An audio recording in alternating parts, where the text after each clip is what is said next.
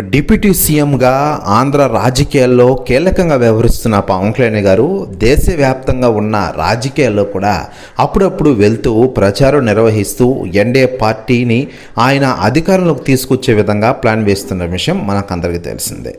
మరోవైపు పవన్ కళ్యాణ్ గారు కేవలం తెలుగు రాష్ట్ర రాజకీయాల్లోనే కాకుండా దేశవ్యాప్త రాజకీయాల్లో కూడా ఆయన రాణిస్తూ ఉంటున్న విషయం విదితమే. ముఖ్యంగా ఆయన ప్రజలకు సేవలు చేస్తూ ఉంటారు. ప్రజారాజ్యం పార్టీని స్థాపించినప్పుడు ఆయన యువసేనకు అధినేతగా ఉన్నారు. ఆ టైంలోనే ఆయన పొలిటికల్గా బాగా ఎదిగిన విషయం తెలిసిందే. నేడు జనసేన పార్టీ తరపున ప్రజల్లోకి వెళ్ళి ప్రజల తరపున పోరాడుతున్నారు పవన్ కళ్యాణ్ గారు.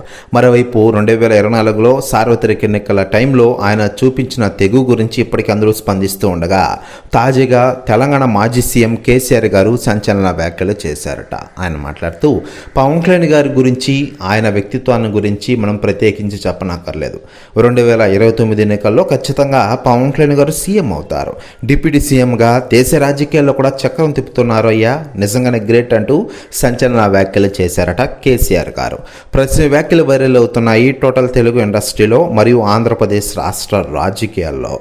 మరోవైపు పవన్ కళ్యాణ్ గారు ప్రస్తుతం ఆంధ్ర రాజకీయాల్లో రాణిస్తూనే మరోవైపు సినిమాలో నటిస్తున్న విషయం మనకందరికీ తెలిసిందే.